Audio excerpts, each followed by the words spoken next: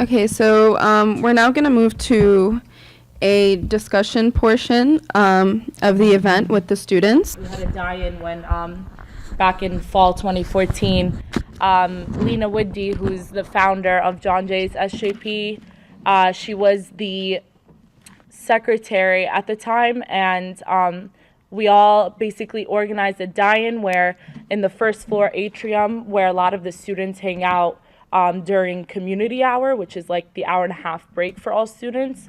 We had people laying down on the floors and having body sheets on top of them with blood splatters all over them. And we had names with, and I think you guys can hear me. And we had names and ages of different people who suffered from the Israeli Offense Forces, and also Black people in the United States who were victims of police brutality. So it was a way to show in solidarity with what was springing up at the time, Black Lives Matter, as well as Palestinian solidarity and Palestinian liberation. So after that, we received a letter that went out to the entire student body from the president himself, basically calling SJP anti-Semitic, and putting us on the spot, where they even organized an event with the VP and the Dean of Student Life. It was the event was called Hate versus Hurtful Speech. And an executive from Hillel and from the United Nations who collaborated with us, and an executive from African Student Association and SJP was required to be at the event to represent their club. At first, they actually wanted us to have an event with Hillel. They wanted the SJP to collaborate with Hillel, have a debate to, open students' minds as to the conflict that is going on across the sea. However, of course, we said no because of normalization, and we didn't want to be a part of that. So yeah, I mean, after that die-in, everything really just went downhill from there. Professors that once respected me started getting very cold with me, started getting very distant with me. Even a mentor of mine, we started getting very distant with one another. And a lot of the students who even collaborated on this event, not just SJP members, not just SJP executives, but the African Student Association was experiencing the same thing. Youth Justice Club was experiencing it. The MSA was experiencing a lot of heat at the time. A lot of different clubs, which then forced other clubs not to want to collaborate with us anymore. They didn't want any more of that tension on them. So the administration did a great job with really repressing SJP and repressing other students who wanted to get involved with solidarity work in Palestine. Yeah, we've had similar things happen on campus here. I mean, most of y'all in this room have experienced it, have been part of it. But I mean, like, even going back to, February 2013 when Judith Butler and Omar Raguti came to speak. I mean, there were 10 council members from New York State, right, the council rather, writing a letter to President Gould telling her to cancel the event. And this was the start of what, you had referred to as the Guantanamo Bay style security was at that event. And it really started there. And then, went into April 2013, right, during Israeli Apartheid Week. A skit was planned. We were going to be performing a skit, right, and it was deemed to be too violent or too graphic, rather, to show to students. We weren't allowed to do that. So that was, we had made like a structure like to show the apartheid wall, right, like a wall, a wooden wall, right, and then we were told that it had to be cut down to 3 feet, right, so then we had done that, but then just a few weeks, because the rule was that there could be no structures on campus that were above 3 feet, right, but just after that, like a few weeks later, the Israel Club in Hillel had something they called like the Israel Peace Ball, which was like it was an 8 foot, in diameter, like volleyball that like people were writing things on, right? So like this is just like a clear example of sort of this like discriminatory policy that Brooklyn College enforces, and again in other instances, right, where Brooklyn College had been monitored for by administration for months because of events. And there's other events, right, when we had, proposed speakers to come, and when student government, when we requested a grant, right, to get more money to fund the speaker, it was put up to a vote by student government, which is fine, but they used tweets from this person. They looked at his tweets to decide if they want to bring him or not bring him, which is like the first of its time that that's happened, and they denied us funding for that as well. And in fall of 2014, a new rule was installed saying that security fees need to come from clubs' funds, right? And we found out there's about 10 clubs that need these security fees, because you have to get to have this type of security that we have there, right? It has to be for events where there's outside speakers and outside guests are allowed to come. So we found out that there's only like 10 of the clubs on campus that really needed these sort of things, right? So we felt that it was discriminatory to some extent because almost all of our events were deemed needing this, right? Eventually this thing was overturned, but shortly after it was imposed. But I mean, that's only part of it. So yeah, I mean, I think that's, yeah, if there's anything else you want me to say, but.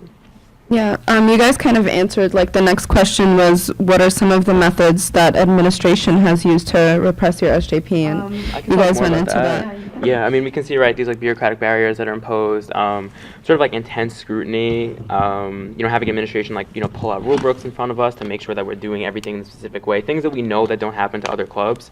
Right, so we can see like administration like really, targeting us and discriminating against SJP, for some sort of reason. Right, and then, we have administration telling students not to become involved with SJP because it's going to smear their name or they're not going to get a job in the future. That's a big part of it, so yeah.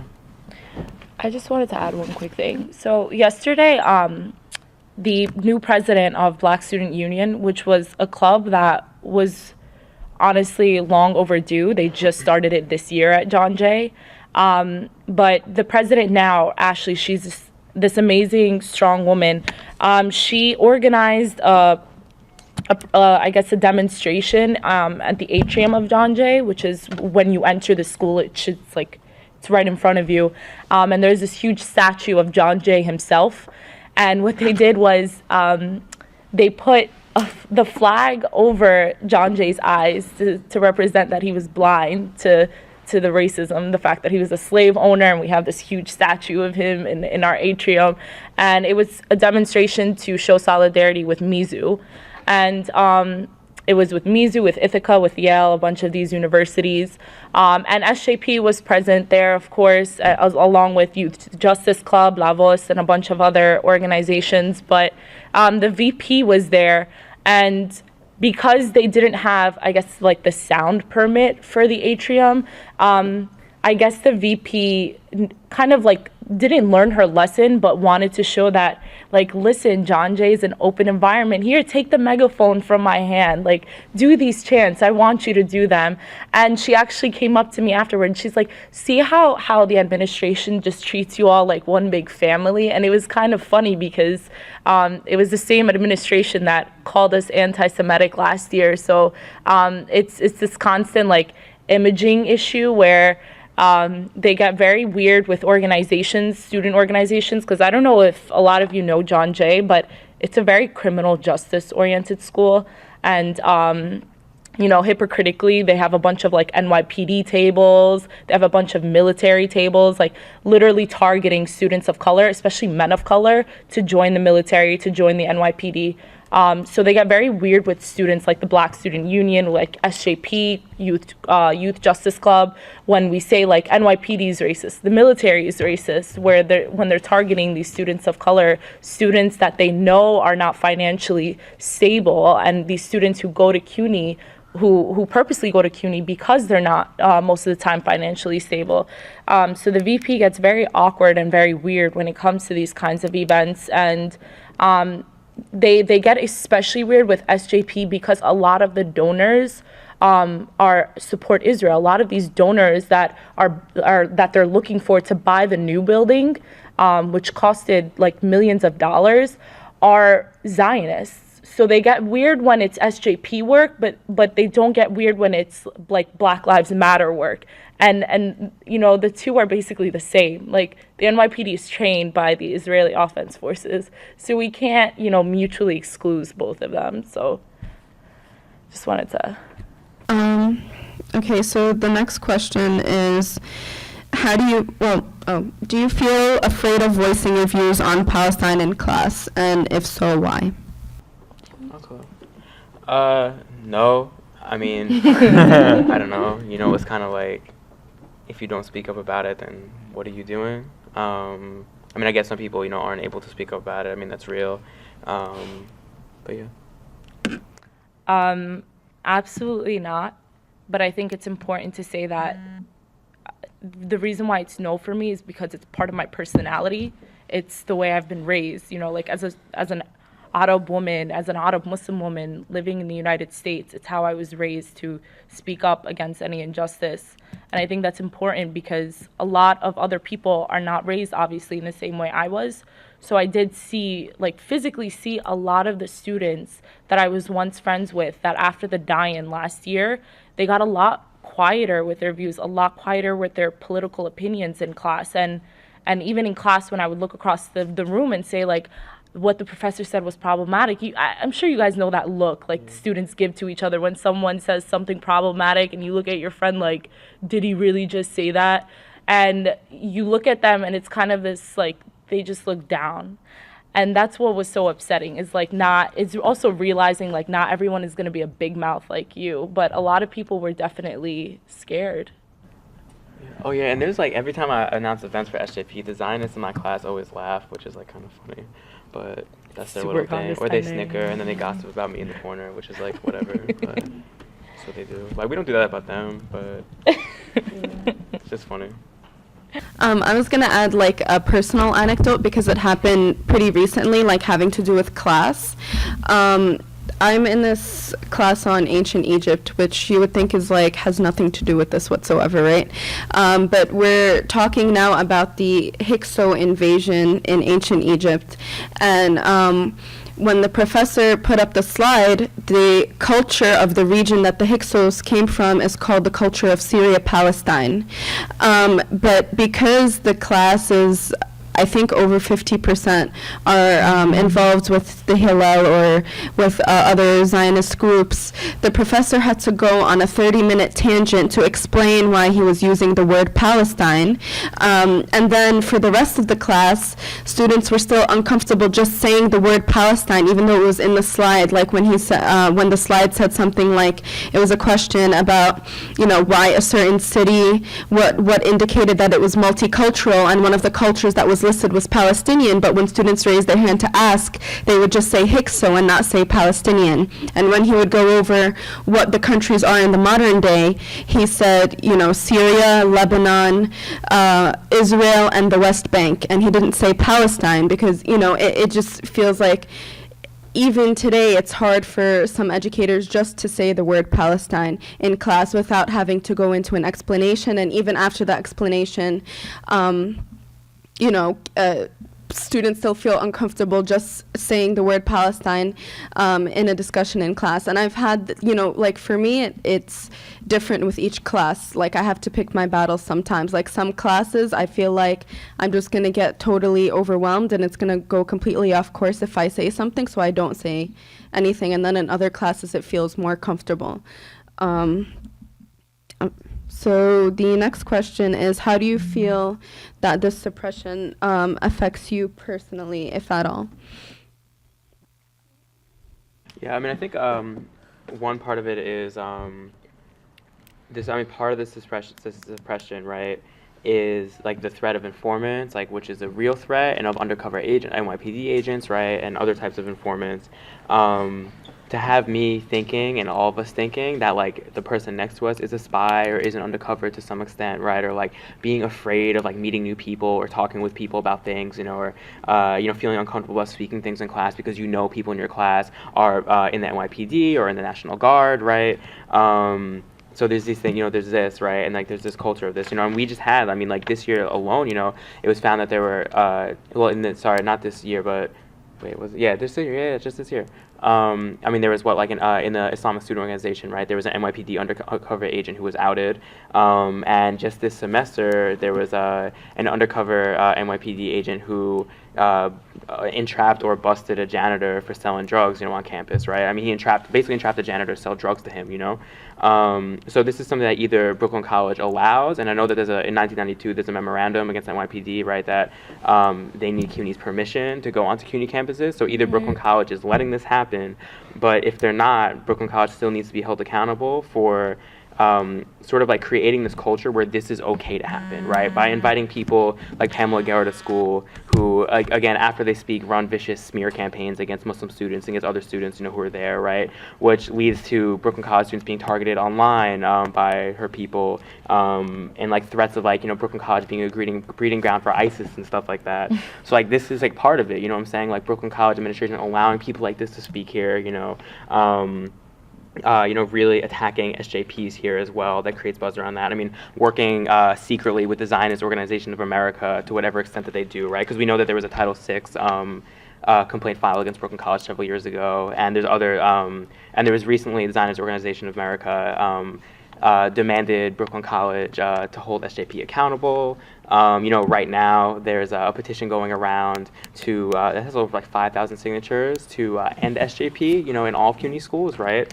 I mean, and these things, make SJP look really, really bad, in the public, right? And make us seem like we're terrorists or we're evil or something like that, and then does justify, these informants coming here, right? Or undercovers and whatnot, So this is like a real fear, and we need to hold our administration accountable to this sort of stuff. So, I mean, that's how it's affected me. I lose sleep over this, I'll be thinking about this person I met, were they a spy or not? This is like a real thing, we're out here thinking this stuff, so. Okay. I actually want to apologize first because I did not give a huge thank you to Radhika, who was with us through every little thing, every little occurrence and event that happened after the die-in. She actually helped us out with everything, with the follow back letter to the president, to being with us every step of the way. So I just want us all to give us a big clap for her because she seriously deserves it. And I also wanted to thank Brooklyn College's SJP. I think I just got too excited when I spoke that I forgot to thank all of you for organizing this event. But SJP work, I mean, what I'm going to say first is that there was a reason why I was only able to handle presidency for a semester.